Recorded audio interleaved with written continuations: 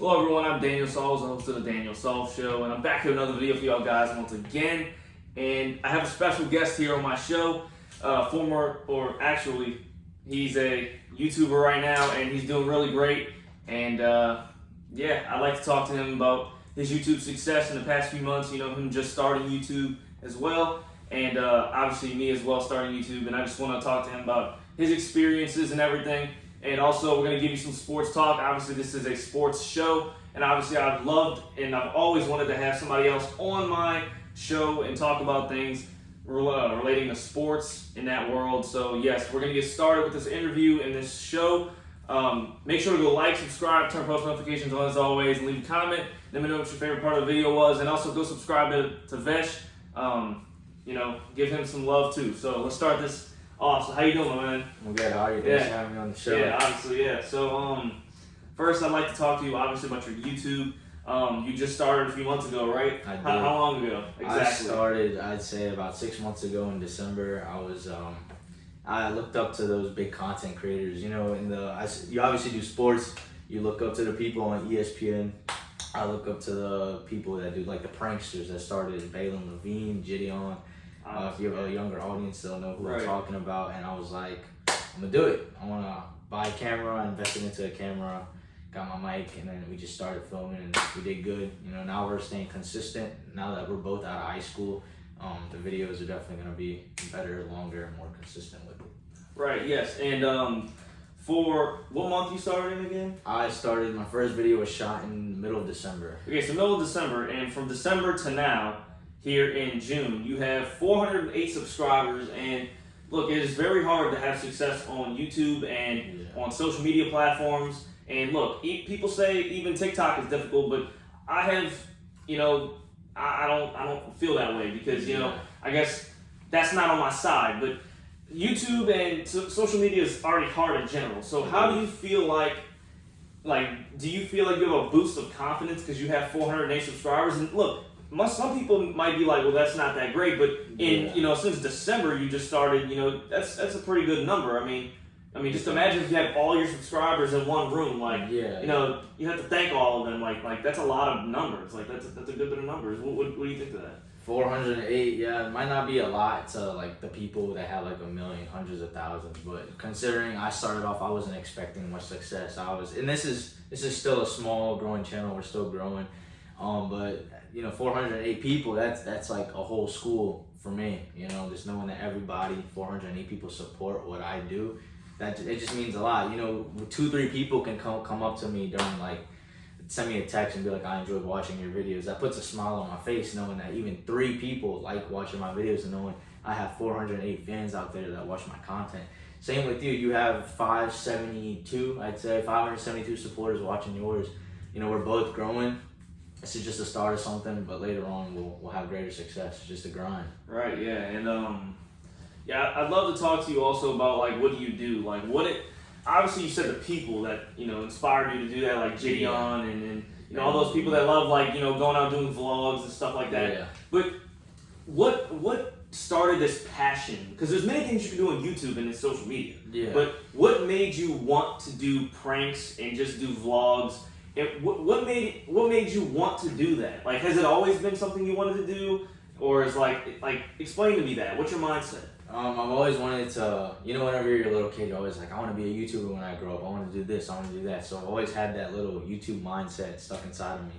And my friends in school were like, Vesh, you got the personality to go on camera. So I do the same exact stuff I do, just without a camera. So I was like, why not just broadcast it for an audience and see if they like it? So I gave it a shot. Within my first day, I think I got 60 subscribers.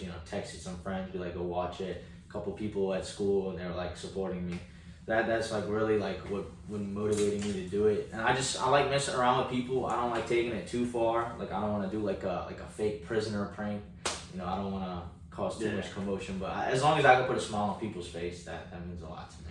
Right. And before we move on to sports, obviously because of the podcast is about sports, I want to ask you, for the viewers out there and for other people that watch your YouTube channel and also watch mine, because I'm obviously going to get people to go subscribe and go view his channel. Obviously, what's your next video? What you thinking about? My next video, I'm thinking about doing a blind bowler prank.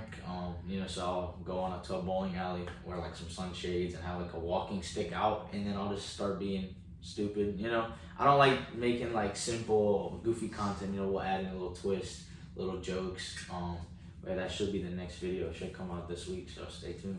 All right, yeah, you heard that. Stay tuned to Vesh, and so now we're gonna start talking about sports, obviously, and with my mojo and what I do. So obviously, I started a few months ago, 4 months ago exactly, and I started posting, and I think my first video was on the Buccaneers versus Cowboys, and my reaction to that video. That was a terrible video. I hate that video. I can't watch it. It's cringe. It's always the first video. Yes, the first video is not that great, but now I try and look more at stats, and also since the NFL's been gone, I've been mainly focused on the Lakers because that is my team. If you have not realized that, then I don't know what you're looking at. But the Lakers are my team, and obviously I do love LeBron and him on the court.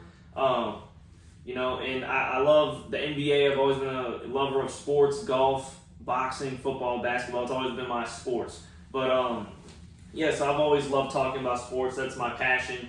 Obviously, my dream one day is to be on ESPN or have tons of followers and subscribers on YouTube that I won't have to even work. I'll have everything that I want, and so that is my dream. And obviously, I'm going to work as hard as I possibly can to get that. So we're going to start off with the sports, obviously, ladies and gentlemen. We're going to get to that right now. So everyone's heard about the James Harden situation here with Doc Rivers. That's a little bit old, not really. Obviously Doc Rivers got fired once they lost to the Celtics, and I just wanted to talk to you not just about that, but obviously ESPN interviewed Doc Rivers, and they interviewed him and asked him, how is it to coach James Harden? James Harden is a number one option on majority of teams. He is an all-star. He's also been an all-NBA player. He has been an MVP, and he is one of the greatest scorers in the history of the game. So I'm a candidate, and he was an MVP as well. He's also one of the top players in the league.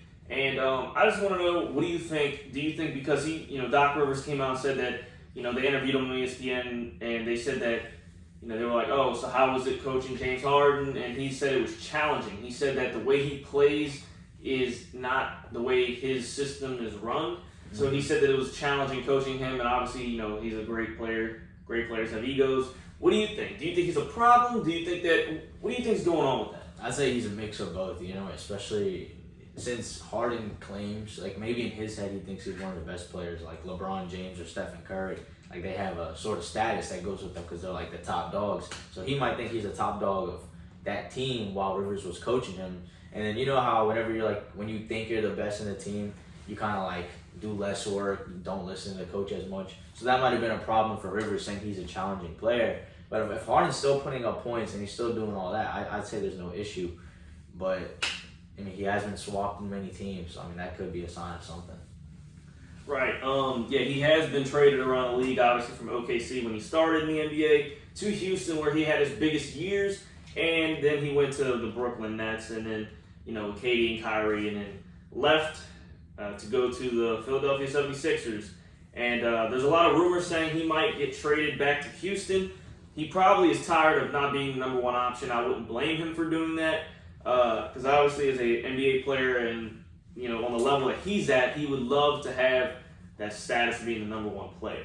We're also going to talk about Kyrie Irving, and this is one of the main topics of this episode in this podcast is about Kyrie Irving and what's his deal, because to me, I don't like the guy. I'm going to be honest with you. I don't like him. I think he's a complete problem. I think he's a whack job, and I don't like anything about this dude. I think that he's a great player on the court when he's healthy and when he's playing and when he decides basketball is what he wants to do in life. And when you're doing something, you have to dedicate your time and everything, blood, sweat, tears to what you're trying to do. And this guy has always got more things on his mind and what he's trying to do than just basketball. And now that he's with Dallas, in my opinion, he ruined Dallas's chances of getting to the playoffs because they dropped all the way down to the 13th seed. When they got him, they won like 4 or 5 games with him. And he was also taking a lot of Luka Doncic's, him in the fourth quarter, Luka Doncic was averaging a certain amount of shots per fourth quarter, and he took away almost all those shots. Like Luka was getting like 1 or 2 shots per fourth quarter, and it wasn't really great. Luka is my number 1 option on that team, and to most people. So rumors that he's trying to get LeBron to go to Dallas. That will not happen. I won't.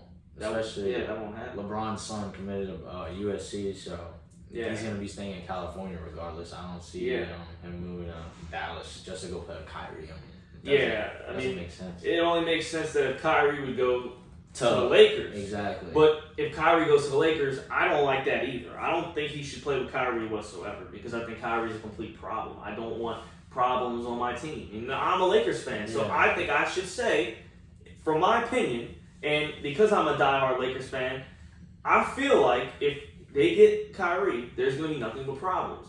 And so I don't want that. And so I think that the front office for the Lakers are probably going to think about that. But, I mean, it's Kyrie Irving too, but still. But I know nobody's going to, he's not going to go to Dallas. Nobody thinks he's going to go to Dallas. Yeah, that's not happening. Yeah.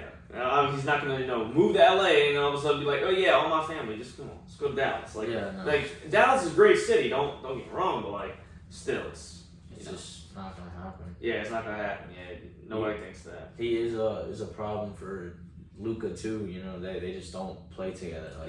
I don't think anybody understands, especially in sports, outsiders who don't understand sports and understand behind the scenes.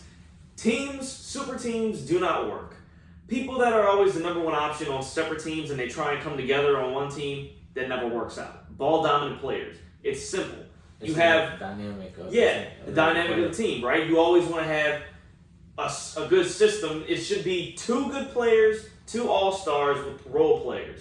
Role players mean more than more all-stars because role players like Jordan's team, Jordan's Bulls team, had Scottie Pippen and Michael Jordan, 2 all-stars. Then you had the greatest rebounder ever and one of the greatest defenders ever in Dennis Rodman, role player, greatest rebounder and defender. That's a role player. Ron Harper, defensive point guard, role player. You had Steve Kerr, 3-point shooter, role player. Craig Hodges, 3-point shooter, role player. You had these guys that were role players. Now all of a sudden in this era, in this new time in basketball, people want to join together and try and be a super team when that doesn't work. I don't understand that.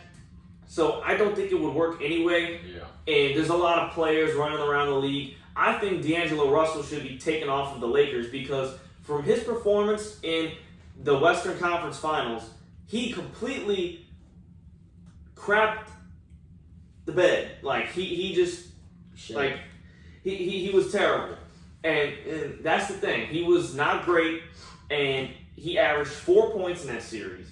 He was horrific. The Nuggets took him out. The Nuggets took him out, but I made a video about it. And if you look at the numbers, I said before the Nuggets series, each player, I said LeBron, AD, AR, and Schroeder, and D'Lo, and Hachimura, they all had to average a certain amount of points. I said D'Lo and AR had to at least average 16 points. Everyone averaged about what I said and more, except D'Lo. D'Lo, if you look at the numbers, the Nuggets only beat the Lakers by more than 16 points in one game. So if D'Lo would have actually showed up, the series would have been 4-1. The Lakers would have won. So they need to get somebody that can score the basketball consistently, isn't afraid of the lights, is not shy, nothing. He needs to be there and show up whenever it matters most. Because LeBron's LeBron. AD when healthy is AD. AR is one of the most scariest point guards, or shooting guards in the league. Amazing. He came out of nowhere. And then, obviously Hachimura is playing great and all that. So who do you think in the league, who do you think could replace D'Angelo Russell as a point guard? Who do you think they should get? It might not even have to be a point guard. Who do you think is a good player that would work well on the Lakers? Who do you think would work well on the Lakers? I'm going to be honest with you, that's a tough question considering the current lineup in the NBA. I'd say they should look for people coming inside the NBA. Now, my reason for that is people can say, yeah, they don't have much experience.